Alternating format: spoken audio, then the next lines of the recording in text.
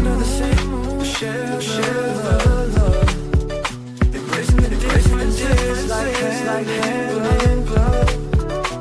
Spread the peace and joy, it's a beautiful sight. Together we shine in each other's light. Now we stand in love's pure mind. Walking the world in love and light. Hearts beating our peaceful flag. Colors of harmony, fading the night.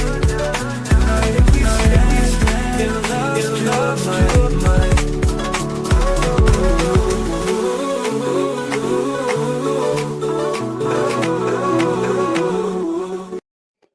Thank you guys for tuning in to Watching the World. We have sort of a last minute show. We have a show planned for 8 o'clock, but I decided to come on and cover the Democrats are coming back. Lately, we've seen the Republicans winning big with Donald Trump as the leader, but it appears that the Democrats, after the big sweep last night, they said they're going to take back everything. Yes, with the midterm elections, they're hopeful that the tides will turn. So we're going to tune in to see what they have to say in regards to this country and how the Democrats plan to take it all back. We have JDP and also Bordeaux in the building. You guys are so amazing. Thank you so much. Let's tune in to see what the Democrats have to say with this live press conference. Let's check it out.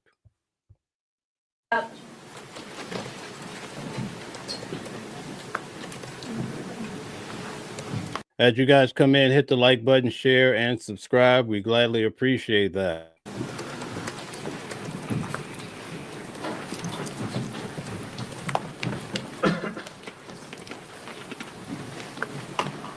Good afternoon, everyone. Afternoon. It's an honor to be joined today by Whip Catherine Clark, Chair Pete Aguilar. We've got Steering and Policy Co-Chair Debbie Wasserman Schultz, Democratic Policy and Communications Committee Co-Chair Lauren Underwood, and DCCC Chair Susan Del Bene.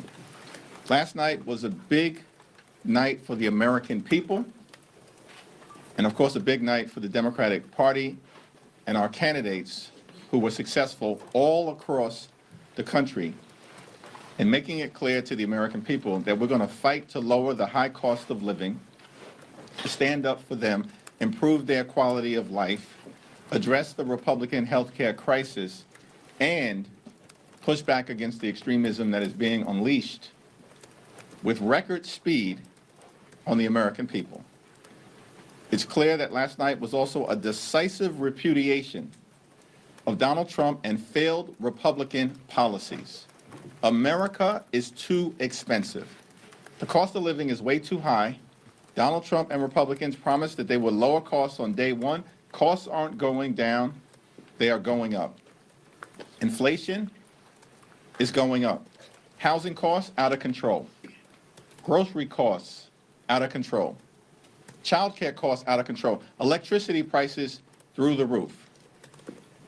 And now that we are in day 36 of the Trump Republican shutdown, it's clear that because of the Republican refusal to extend the Affordable Care Act tax credits, tens of millions of Americans are about to dramatically experience increases in their premiums, copays, and deductibles, which will make it unaffordable for them, their children, and their families to go see a doctor when they need one.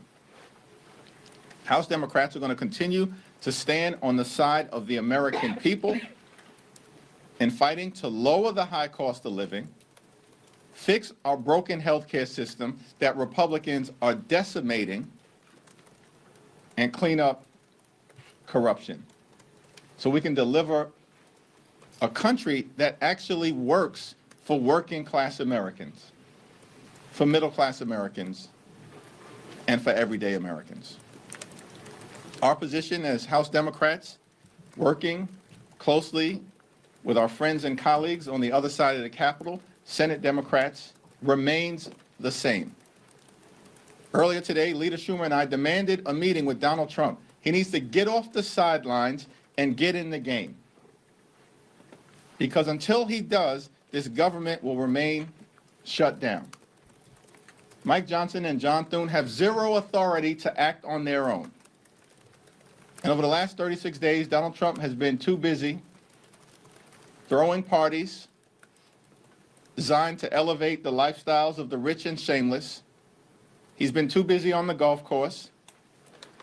He's been too busy destroying half the White House. And he's been too busy finding $40 billion for the people of Argentina, and yet can't find a dime to prevent children in this country from going hungry. The American people have had enough. And the results last night across the country have made that clear. It's now my honor to yield to the whip, Catherine Clark. Thank you so much, and good afternoon, everybody. It is truly a privilege to stand with this leadership team, and a special thanks to our leader, Hakeem Jeffries, for his moral clarity and tenacity. And here's what the voters told us last night. They want leaders who will protect their health care, who will protect SNAP and food benefits, who will protect Head Start, who will bring down the cost of living. That is the mandate of the American people, to prioritize the budgets of working people over the demands of billionaires. That's what the American people want, and that is what Democrats are going to keep fighting for. And at some point, the Republicans need to hear what the people are saying, because it's clear. They are saying enough is enough. They see through the Republican spin. They see through the games. They see the last year for what it is, a string of back-to-back broken promises. There is nothing left for the Republicans to do but get back to work. It's not too late to stop these premium hikes. It's not too late to fully fund SNAP and Head Start, Medicaid, Medicare, and the ACA. Our message to the Republicans is clear. Come back to work. Reopen government. Stop cowering and start governing. And I am glad to turn over the podium to our partner in governing, our chairman, Pete Aguilar. Thank you, Whip Clark. There's no doubt about it. Americans rejected the Trump agenda in red districts, in blue districts, and in purple districts. And the reason is clear. Donald Trump and his henchmen, time and time again, have abused the American people, from firing federal workers to raising costs with tariffs, taking away health care, gutting food assistance, all of that. And the American people fought back last night, and they made their voices heard. Americans made it very clear that they understand Republicans are fighting for the billionaire class, while Democrats are fighting for health care and lowering the costs that they face every day. We're so pleased for our past and present colleagues, Mikey Sherrill and Abigail Spanberger, as they ascend to the governor's mansions in their respective states. And I'm so thankful that Californians showed that they want fair elections and would not allow Donald Trump to rig the 2026 election, just like he tried in 2020. Across the country, the message of affordability was loud and clear and resonated with the American people, who are facing record high prices thanks to the Trump agenda. The American people are begging Republicans to put an end to this chaos, and we hope Donald Trump will listen. Leader Jeffries, for your hard questions. Questions? Chad, Oh, okay. I didn't know. Thank you. Good afternoon. you back with that microphone again? Always with the microphone. Attached to the hip here. So, you wrote to the president demanding a bipartisan meeting. Why do you think, based on how things have gone over the past 36 days, that any meeting now would be different than the meeting you had back in late September? Well, that's a good question, because we've seen nothing but irresponsible behavior from Donald Trump subsequent to the meeting that we demanded then that he reluctantly agreed to.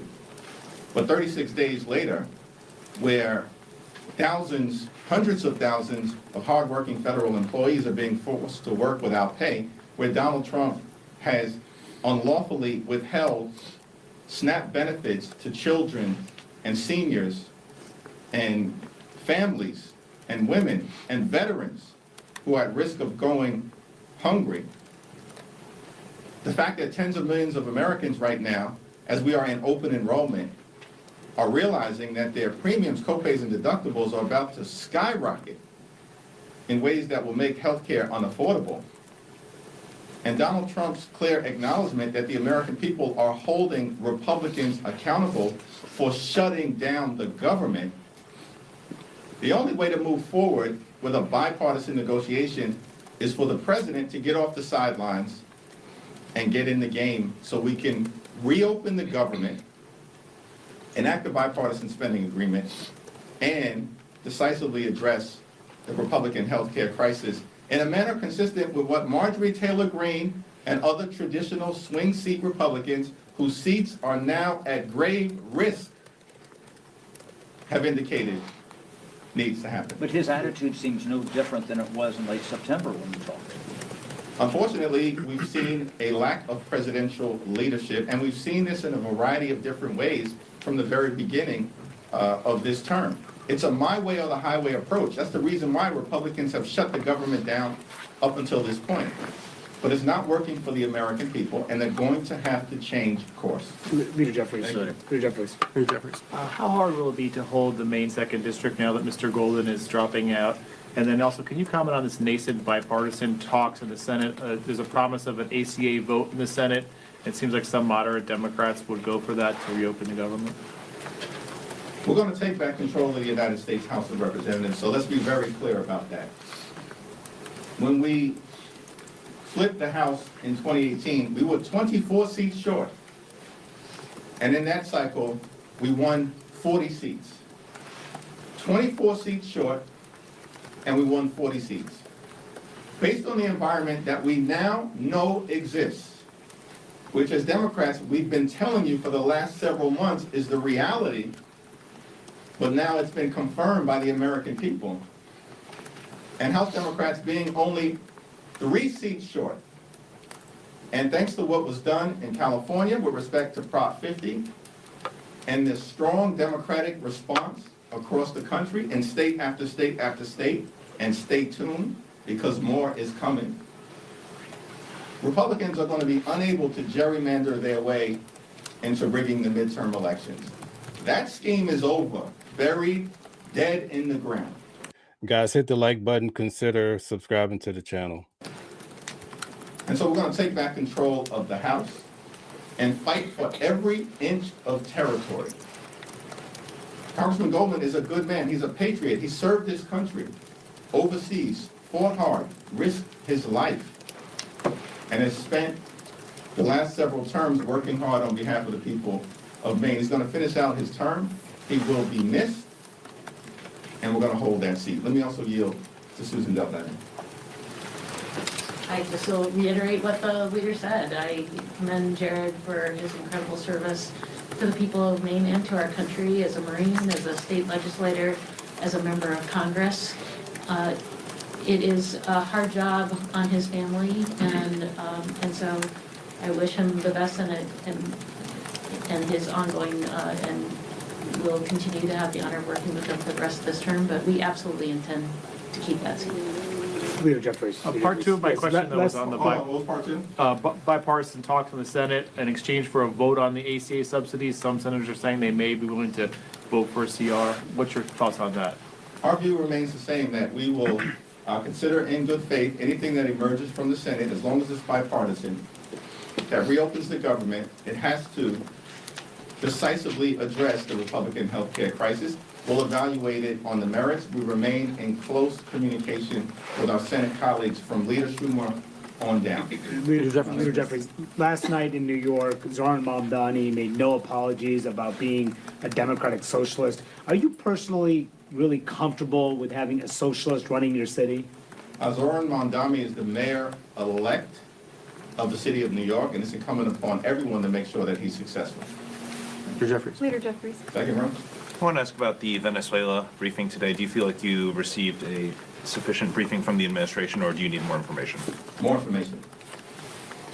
Thank you, Mr. Leader. I want to go back to the letter that you and Leader Schumer sent to the president demanding a meeting. Soon after that letter was sent, he told Senate Republicans again to nuke the filibuster. Does that give you, any indication that he is interested in bipartisanship if he's telling Senate Republicans after you and Leader Schumer demanded a meeting to try to find a bipartisan solution, that he is in fact interested in bipartisanship? Donald Trump continues to own this shutdown. Effectively, he's saying that Republicans shut down the government and have the power to reopen it, but they are refusing to do so because they want to continue to gut the health care of the American people. And these extremists have zero interest in lowering the high cost of living. They learned nothing, apparently, from being shellacked all across the country. Anyone else want to Okay. Leader Jeffries. Speaking of New York, last night you had record turnout in New York City for this election. Would you say that Mamdani is the future of the Democratic Party? I would say we had record turnout across the country because Democrats in New York City, in Virginia, in New Jersey, and we're so proud of our two colleagues, Mikey Sherrill and Abigail Spanberger. They ran amazing campaigns. But what Democrats have done all across the country is lean into the issue of affordability because of the fact that America is too expensive. Costs are too high, and Donald Trump and Republicans, not only have they not done anything about it, they've made it worse. As a result of the Trump tariffs, as a result of them detonating the clean energy economy, that's why electricity bills are skyrocketing. And now, of course, they're forcing these dramatically increased health care premiums to be visited upon the American people. And just What are some things from the Venezuela briefing that you did not hear that you would like to hear? One, we need a full congressional briefing. One of the reasons why we haven't had one is because Mike Johnson and House Republicans We have almost 400 people here. Please come back for our 8 o'clock show with the legal analyst. Tonight, she's the law professor. have literally been on a taxpayer-funded vacation for the last 6 weeks. This is extraordinary. Mike Johnson has castrated his own majority. They are running scared. They have nothing to say. They're on the sidelines. There's no health care plan. They have no interest in lowering the high cost of living. And of course, they continue to run this pedophile protection program, which is why they have not sworn in Representative-elect Adelita Grijalva, which is egregious that this has gone on now for 6 weeks. Leader, can I say something about Venezuela? Yeah. I represent the district with the most Venezuelans in the country. I have not been briefed, and I'm glad that at least the administration briefed some of our leadership. But let's be very clear. This administration lifted sanctions on Maduro, is allowing his regime to be enriched by oil profits, allowing money to flow into the coffers of oil companies, and at the same time engaging in extrajudicial killings with no evidence, short-circuiting what our normal process would be to ensure that you could have witnesses, if you arrest them, who can point you to the top of the food chain when it comes to the drug cartels. And then on top of that, he is allowing those oil profits to flow into Maduro so that he can deport the 600,000 Venezuelans that are here who had TPS that he yanked from them, in spite of the fact that he is still calling Maduro the head of a narco-terrorist regime. How can you justify sending 600,000 people back to a narco-terrorist regime and suggest that safety there has improved? He's a hypocrite. He could care less about Venezuelans or any other Hispanic community, which is why, with the ICE roundups that have taken place for months, you saw huge shifts yesterday in Hispanic communities' voter turnout, flipping from leaning towards Trump to leaning towards Democratic candidates.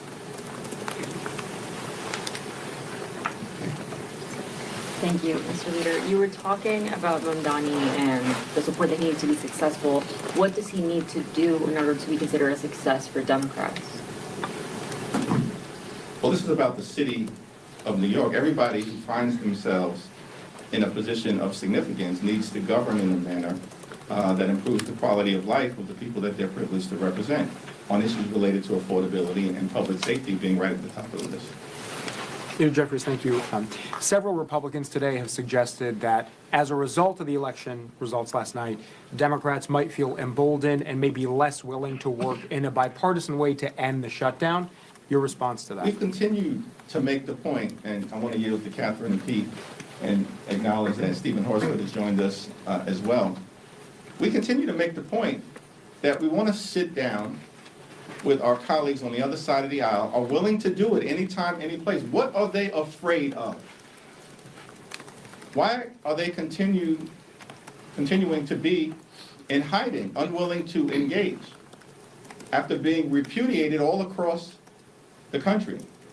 And yet the first thing that Leader Schumer and I did earlier today was to say to President Trump, we're willing to sit down, find a bipartisan path forward, reopen the government, decisively deal with the Republican healthcare crisis, and actually address the issues of importance to the American people.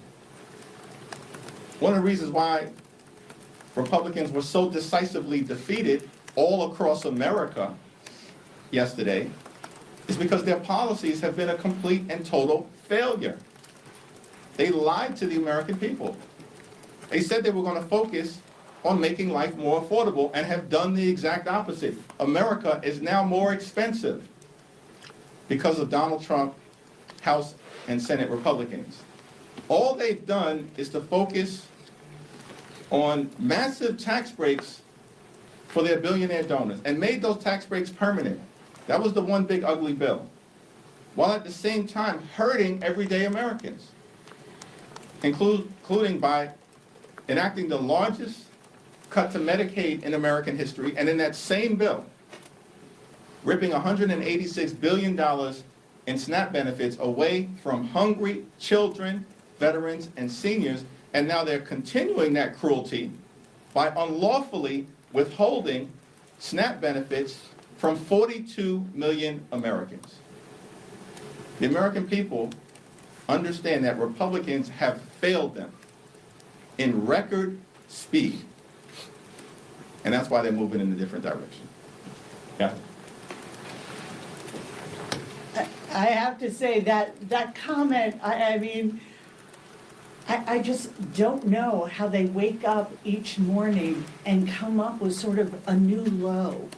Since they took office in January, since Donald Trump became president in January, there has been no extension to the Democrats, no desire to come and work with us. There was a CR back in March, our budget, take it or leave it. Then they went into their budget through the reconciliation process, take it or leave it. And then they followed up at the end of the year and once again said, take it or leave it. And what we are saying is no to this extreme agenda, that we are not going to sit by when they say our job is going to be to lower costs on day one, and everything they have done in a completely partisan way has made life harder and more expensive for the American people. And this bargain that they have cooked up, that they are going to take Medicare and Medicaid and the ACA tax credits and veterans benefits and medical research in this country and the SNAP program and cut them in order to pay for permanent tax cuts for the very wealthiest. It is outrageous. And where are they? How would they even know what a negotiation looks like? We've been sitting, waiting for them to come back to Washington, and they simply refuse. We are here.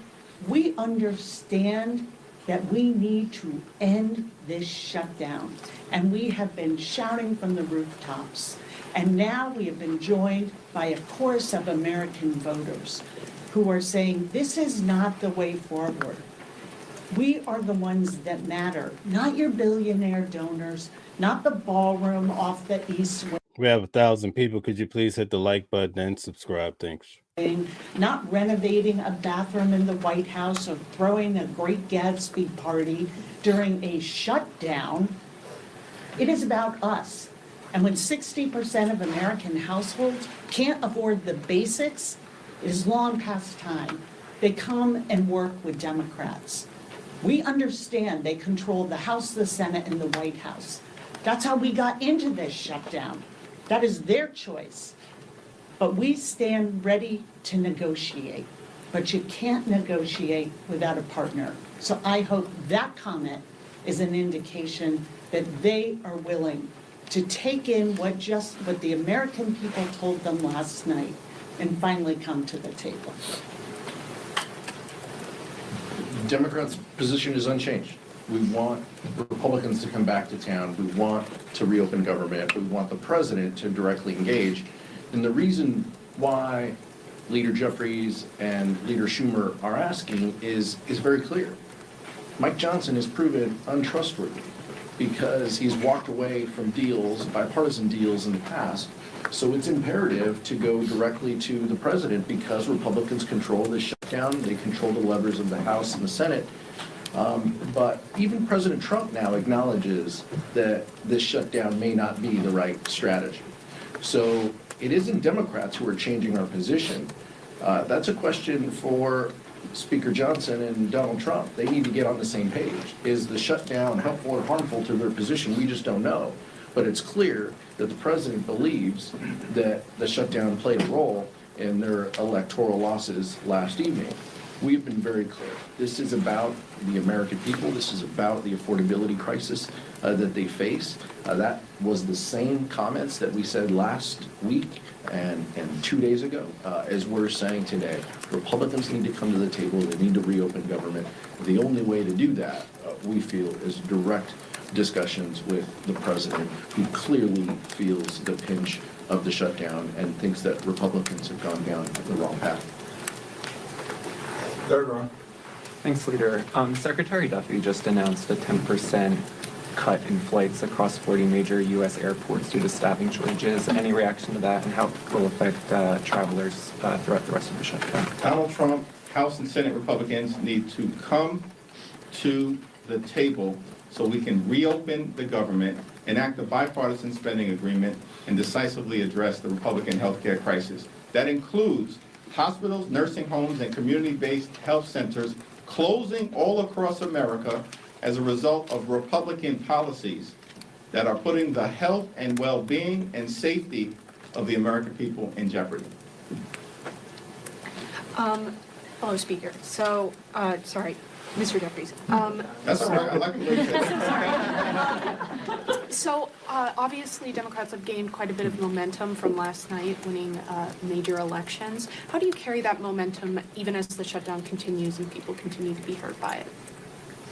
Well, we are laser focused on reopening the government, on finding a bipartisan path forward, and addressing the issues that the American people have clearly indicated they want addressed, such as lowering the high cost of living and fixing our broken healthcare system, while delivering a country that actually puts working class Americans, middle class Americans, and everyday Americans first, as distinguished from what Republicans have done, which is to prioritize solely their big donors, the wealthy, the well-off, and the well-connected. Stephen, you want to jump in, or Lauren? We're in a spread the love kind of mood today. Well, I would just say it's really clear to me that the results of the election yesterday prove that Donald Trump's agenda is broadly unpopular. His approval numbers show that he's incredibly weak. He's lost. You know, where I'm from, we call that a loser. Democrats, Team Blue, won. And we are here inviting the president to come back to the negotiating table. I think that that's something that the American people would broadly support. It's certainly a winning position. We're very excited for the midterm elections next November. So, I'll just add that what Leader Jeffries has really help to ensure that the House Democratic Caucus stays focused on are the people that we serve. Not the politics of Washington or the partisanships of the fight here in Congress, but the real life impact of the reckless way that the Republicans have approached this healthcare crisis that we warned them about from the beginning of this year when they were pushing forward on their big ugly bill to give tax breaks to the very wealthy. We warned them then that they were providing no relief to middle-class families in order to keep their health care. We warned them that when they cut $168 billion out of the nutrition assistance program, that it was going to come back to bite them, because it's not just the beneficiaries of SNAP, but it's the local grocery stores who are now losing the economic impact of those dollars. And all the while, this administration has shown us that this has been their plan all along. Cruelty is their plan. And that is their approach. Leader Jeffries has a different approach, and that's one centered on the people and making sure that we stay focused on what it is we're fighting for, and it's the American people and their ability to afford their health care, their groceries, and the ability to get ahead and not to fall behind. Thank you, Ron. Earlier you talked about how tying Jay Jones to Abiel Spanberg wasn't a winning strategy for Republicans. Now they're trying to do it with Mamdani. Why is that not a winning strategy for Republicans? We're going to continue to stay focused on the issues that are of importance to the American people, putting the affordability crisis first, driving down the high cost of living, addressing the growing inflation that Donald Trump and Republican policies, including through the tariffs, have brought to everyday Americans, and of course addressing the healthcare crisis, which is an American crisis. It's not a political issue for us, it's an American crisis. And we're seeing that all across the country. In fact, the 5 states that will be most impacted as a result of the Republican failure to extend the Affordable Care Act tax credits are West Virginia, Wyoming, Alaska, Tennessee, and Mississippi. 45%, a strong plurality of the people who are adversely impacted throughout America by dramatically increased premiums because of the Republican refusal to extend the Affordable Care Act tax credits are registered Republicans. This is not a partisan fight for us. It's a patriotic fight on behalf of the American people. All right, there you have it, folks. The Democrats are planning to take back everything at the midterm elections. That's what they're saying. In the first order of business, I think they're going after Donald Trump again. So what do you guys think? Do you think the Democrats are headed in the right direction? Or do you think that MAGA will still continue to dominate? Let's look at some of the comments. Knowles, Bradford, thank you guys for being here. Hit the like button, share, subscribe. We're unbiased here. We just share the news. You guys, I see we have a lot of MAGA here. We have a lot of Democrats. That's your discussion. But we continue to bring you the good news every day. At lunch, we cover hot topics. Tonight at 8 o'clock, we have a program where I have a law professor coming on to break down some of these topics as well. We're going to talk about a case that everybody would like to hear about. Okay, Rick Nichols says these donkeys are clowns. Okay, Noel says, OMG, it's the same bull from both sides. Okay, you sound like an independent. Brian Cantrell supports the channel. Thank you so much, Brian. Brian says Biden put up $37 trillion in debt when Trump left office. It was $4 trillion. Okay, so the Democrats, according to you, are tanking the country. Okay, thank you, Brian. Trailgate says this apparently means enough to trigger a response from you, MAGA. Okay, so must be a Democrat. R says 48% of Hakeem Jeffries' district is on welfare. How does that make sense? Now, I will tell you guys, I did some research today. When it comes to welfare and food stamps, with the new changes coming through, if you receive food stamps, you're going to have to work 20 hours a week. And that might include working as a volunteer, maybe at a local church or the pantry or something. but that's going to be one of the stipulations coming forth if you're receiving the government aid. So a lot of changes are coming through. What do you guys think about that?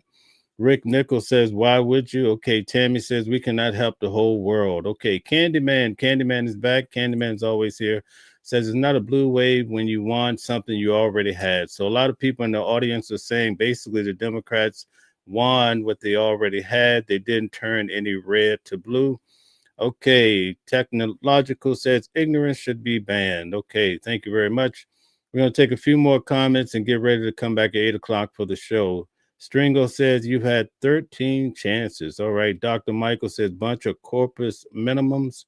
Okay, James Laley says, why won't them sign an agreement that they signed 13 times before? What's the reason? Okay, Jason Hell says, yeah, they're dummies. Okay, Black Medicine says Trump for the National S Offender Registry 2028. Okay, they're calling Donald Trump one of those. Okay, Kane says, no one voted for you, Jeffrey. Okay, so we have a lot of comments. A lot of people do not like. JDP says, like, share, and subscribe, and turn on your notifications to be notified for the upcoming shows. So what do you guys think is going to happen? Do you think that the Democrats are really going to do what they say? They're going to take back everything, have a big win for the midterm election because they say Donald Trump is bringing down the country.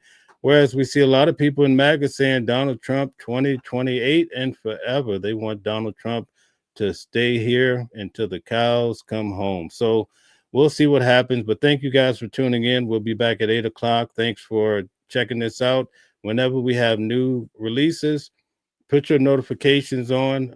Eric always lets me know right away, and we try to bring you these updates so we can have a discussion in the audience. Thank you kindly. We'll see you within the hour. Until then, be well. Different voices, but the same song. Living a world where we all belong. Kindness leading the way, breaking the chains. In the symphony of love, the flame remains. Embracing diversity, brighter days in sight. Watching the world sharing love and light. Hearts beating as one in our peaceful flight. Colors of harmony, painting the night. United we stand in love's pure might.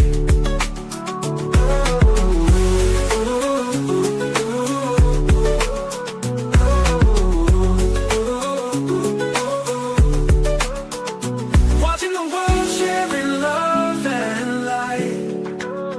Hearts beating as one in our peaceful flight. The colors of harmony, painting the night. United we stand in love's pure might.